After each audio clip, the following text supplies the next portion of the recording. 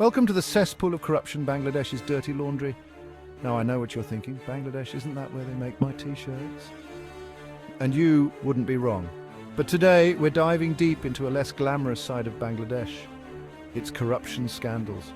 Because while a cheaply made t-shirt might fall apart after a few washes, systemic corruption can crumble an entire nation.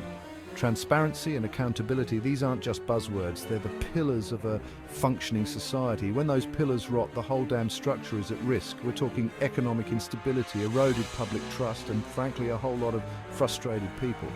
So buckle up, because we're about to expose the underbelly of Bangladesh's biggest scandals. We've got dodgy loans, pyramid schemes that would make Bernie Madoff blush, and enough regulatory failures to make your head spin. And don't worry, this isn't just gossip. We're talking evidence-backed reporting here, the kind that makes corrupt officials sweat. The Padma Bridge more than concrete went into this one. Our first stop takes us to the Padma River, where a magnificent bridge was meant to connect southern Bangladesh to the rest of the country. Sounds great, right? Well, hold on to your hats because this is where things get bumpy. The Padma Bridge project was supposed to be a symbol of progress, a shining example of Bangladesh's development, but instead it became synonymous with corruption allegations. We're talking bribery, bid rigging, the whole 9 yards. The World Bank, which was initially involved in funding the project, smelled something fishy and launched an investigation, and let me tell you, what they found wasn't pretty. The stench of corruption was so strong that the World Bank pulled out of the project altogether. Now, I know what you're thinking. John, this is depressing, and you're right, it is. But it's also a reminder that even the most ambitious projects can be tainted by greed. Hallmark-Sonali Bank Loan Scam, robbing from the poor to give to the rich. Next up, we're diving headfirst into the murky world of banking scandals with the Hallmark-Sonali Bank Loan Scam. Picture this, a state-owned bank, Sonali Bank, handing out loans like candy on Halloween. But here's the catch. These loans weren't going to struggling businesses or hard-working families. Oh no, these loans were going straight into the pockets of corrupt businessmen and politicians associated with the Hallmark Group. We're talking about billions of taka siphoned off through forged documents and a whole lot of shady dealings. This wasn't just some victimless financial crime. This scandal shook the entire banking sector in Bangladesh, eroding public trust and leaving the economy in a precarious position. It's like stealing from the piggy bank, except the piggy bank is the entire country's financial system. A destiny group because multi-level marketing scheme was too on the nose. All right, folks, let's talk pyramid schemes. Those business opportunities where you recruit your friends and family with the promise of getting rich quick. Yeah, those rarely end well. Enter the Destiny Group, a company that promised the world to its investors. Sky-high returns, luxurious lifestyles, you name it. But there was just one tiny problem. It was all built on a foundation of sand, or in this case, a mountain of lies. Thousands of people, many of them from low-income backgrounds, poured their hard-earned savings into Destiny, lured by the promise of a better future. But instead of riches, they were left with nothing but empty pockets and shattered dreams. The Destiny Group scandal exposed the dark side of unregulated investment schemes and the devastating impact they can have on ordinary people. It's a classic tale of greed, deception, and the human cost of financial fraud. Chapter 4: Rana Plaza Collapse. When cutting corners costs lives. Now, let's address the elephant in the room, or rather the collapsed building in Sabah. The Rana Plaza tragedy, where a garment factory building collapsed, killing over 1,000 people, wasn't just an accident, it was a disaster waiting to happen. See, corruption isn't just about stealing money, it's about cutting corners, ignoring safety regulations and putting profits before people. In the case of Rana Plaza, cracks in the building were ignored, extra floors were added illegally, and workers were forced to enter the building despite visible dangers. This wasn't just negligence, it was a callous disregard for human life, fueled by a system riddled with corruption. The Rana Plaza collapse was a wake-up call, a stark reminder that the true cost of corruption is often measured in human lives. Chapter 5: Bangladesh Railway Recruitment. Because who needs qualifications when you have cash? Next up, we're hopping aboard the gravy train, or at least attempting to, with the Bangladesh Railway recruitment scandal. You see, getting a government job in Bangladesh is a big deal.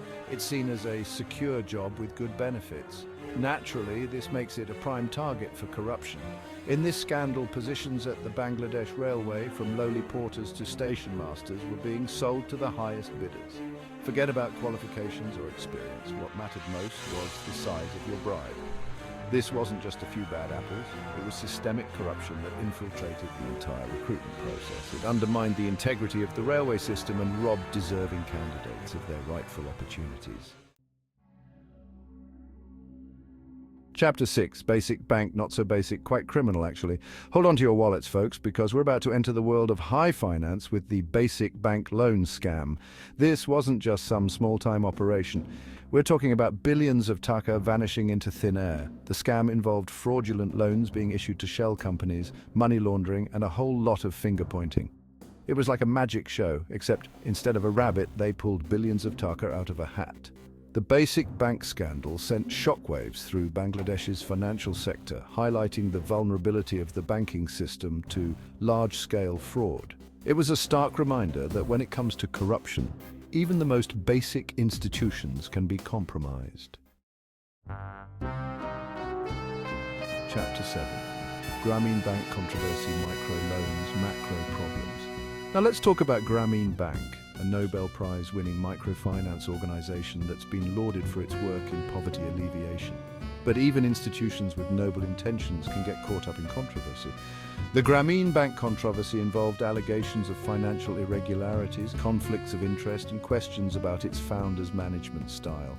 It was a messy and complicated affair that tarnished the reputation of an organization once hailed as a beacon of hope. This scandal highlighted the importance of accountability and transparency, even in organizations with the best of intentions. It served as a reminder that no institution is immune to scrutiny, and that maintaining public trust requires constant vigilance. Chapter 8. Bismillah Group, From Textiles to Tax Evasion. Buckle up, because we're about to dive into the world of textile manufacturing with the Bismillah Group loan scam. This wasn't just about thread counts and fabric dyes, it was about weaving a web of deceit that would make even the most seasoned con artist blush. The Bismillah Group, a textile giant, was accused of securing loans using fraudulent documents, dodging taxes like it was an Olympic sport, and engaging in all sorts of financial shenanigans. It was like they were trying to rewrite the rules of business, but instead of using ink, they used stacks of cash. This scandal exposed the dark underbelly of Bangladesh's garment industry, where corruption and exploitation often lurk beneath the surface of cheap clothing and fast fashion. It was a reminder that the true cost of a garment often goes far beyond the price tag. Chapter 9. Tazreen Fashions Fire, The Human Cost of Fast Fashion. Let's talk about the Tazreen Fashions Fire, another tragic incident that exposed the deadly consequences of corruption in Bangladesh's garment industry. This wasn't just an accident, it was a tragedy waiting to happen.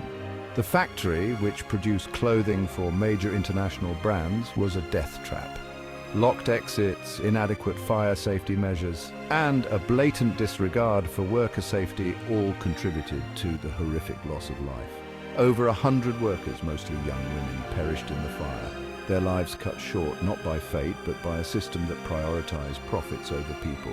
The Tazreen Fashions Fire was a stark reminder that the true cost of cheap clothing is often paid for in blood. Chapter 10, Bangladesh Bank Heist, Hackers, more like Robin Hood with a keyboard. And finally, we arrive at the grand finale, the heist that sent shockwaves around the world, the Bangladesh Bank Heist. Now, I'm not saying I condone stealing, but when you hear about how these hackers almost pulled it off, you might just find yourself rooting for them. Picture this. A group of hackers, allegedly North Korean, infiltrating the Bangladesh bank systems and attempting to steal nearly $1 billion. They almost got away with it too, if it weren't for a typo. Yes, you heard that right, a typo. The hackers managed to transfer millions to accounts in the Philippines, but their luck ran out when they tried to transfer even more money to a Sri Lankan NGO. The problem? They misspelled foundation as foundation. The Bangladesh Bank Heist was a wake-up call about cybersecurity vulnerabilities and the audacity of international cybercriminals. It was a reminder that in the digital age, even the most secure institutions can be vulnerable to attack. Outro, don't let them get away with it. So there you have it, a crash course in Bangladesh's biggest corruption scandals. It's a grim picture, but it's important to remember that this isn't just about Bangladesh, it's a global issue. Corruption thrives in the shadows, it festers in silence. But by shining a light on these injustices, by demanding accountability and transparency, we can start to dismantle the systems that allow corruption to flourish. Stay informed, ask questions, and don't be afraid to raise your voice.